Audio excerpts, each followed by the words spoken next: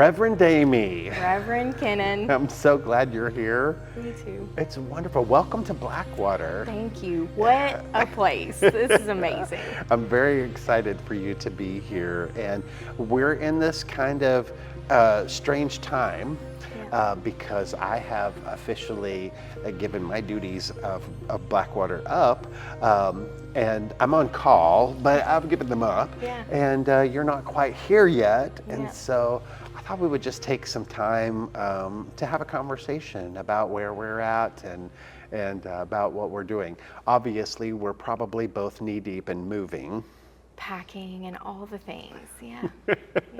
Praying, all the things. Isn't that fun? Yes. It's the Methodist way, you know. I thought we would just take a moment and share kind of what brought us to this point. Yeah. And so, are you excited? So excited. Okay. Yes. Great. Tell me about what you're excited about. Getting to know about Blackwater and all the ministries, the missions, the people. It has been, that's what makes me so excited, is seeing how my gifts and graces will just ease right in. Yeah. There's always challenges. I think just beginning anew always brings a set of challenges. Sure. But that too excites me. Absolutely. Growing edges are just part of the sanctification journey, and so I'm here for it. I'm excited. I'm excited for you. You know, when I came to Blackwater, I had just been ordained. I mean, I was fresh off of the pew. And so I remember coming here and being very excited. Of course, I had pastored in other contexts, but to be the lead pastor in the context was a neat opportunity. And I'll tell you, this church has really shaped and formed me, and they've done it beautifully and lovingly. And so I'm excited for you for that. So tell me, where are you in the process of ordination? I know that you and I have shared seminary background at the same school, Pony Up. Pony Up. So, so I graduated from SMU last May. Congratulations. Thank you. It's a big accomplishment. Yes, it is. Take a breath, enjoy no that. more reports. Yes, that's right. And so right after that, we turned around at annual conference last year in June, and I was commissioned as a provisional elder in the United Methodist Church.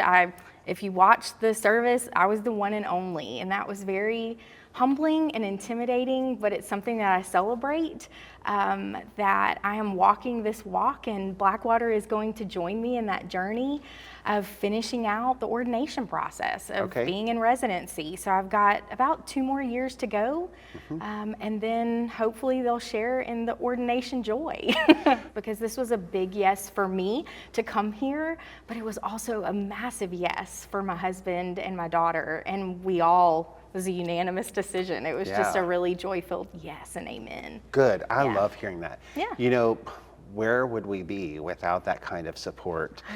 Because you're right, it is not just our calling, right? I have been in prayer ever since learning that you were going to be here. And I have to tell you, I was shocked getting the call that I was leaving here. I am not leaving here under any duress. I love this church, and it's been incredible. Very proud of what we're handing you. But at the same time, I think I may have been even more shocked and surprised in a happy and glad way when they told me who was coming. It immediately just lessened my anxiety, and I thought, thank God. Yeah.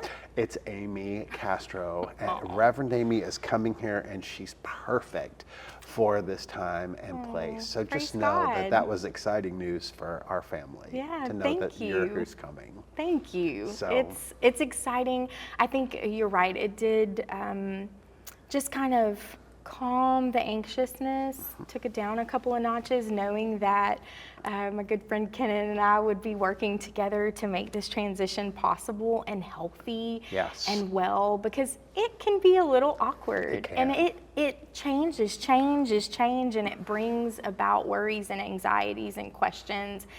And sometimes we just don't have those answers until we're walking it. Yeah. So not everything can be figured out in that first phone call, the first visit.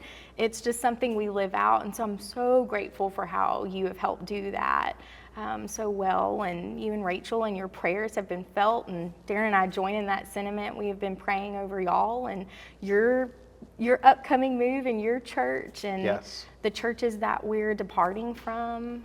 Westlake has been our home for 4 years. Right. And just the apple of my eye for that season. And Yes. we have loved them and they have loved us. Yes. And so, yeah, it's bittersweet. Yeah, you it know? is. It is. I agree with you, though. I think transitioning well is Mm-hmm. probably the most important thing Yeah. that we can do in itinerant ministry in United Methodism. Well, you know, we don't get any say. We are serving at the pleasure of the bishop and the bishop's cabinet, and they make those decisions prayerfully. I can't even imagine what goes into all of that, or how you sleep, right? Because you know that you're impacting lives and changing things, but you trust that they've prayerfully considered all of the gifts of the conference and all of the available opportunities in the conference, and that they've distributed that in a way that is definitely in line with God's will and heart. And so that's not our job to worry about, though. We just are here to pass the batons well. Yeah. So welcome to a place that passes the baton well. This church's mission is to pass down their faith from generation to generation. So they happen to be in the baton passing business. Yeah. And I'm excited as your family now takes the baton and runs. So what's your heart? What are you like burning to do? Oh my goodness. So what they're already doing here, Great. I am a relational being. I feel like I grow closer to God and God's people through conversation, through sitting, through living life together, doing life, enjoying life together, and also sharing the load together. So to realize and kind of see, just peeking in right now into this church and see how relational they are, not only with each other, not just within this brick and mortar, but it's very evident to me that it's crucial for them. It's critical, part of their calling and their vision and their mission to live that out, their purpose, to be in relationship with the parish, with the world around them, and to invite others in to that life, to the Christian life, the Christian walk, because otherwise, if I didn't have the relationship I have with the Lord that continues to grow, and then the relationship I have with God's people, the Lord's people, I'm not sure where I'd be. Right. I don't even like to think about that, but it is important it's part of our story, you know.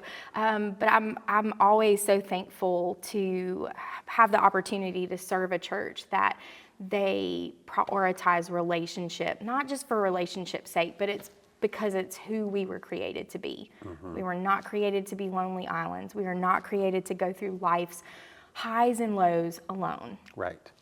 And so for that to permeate, I'm just, these are my people. You know, it's very exciting and comforting to see that in the works, and to know that we will show up, and I feel like we will belong, and we will continue the faith-filled and the exciting ministry that you all have done so well.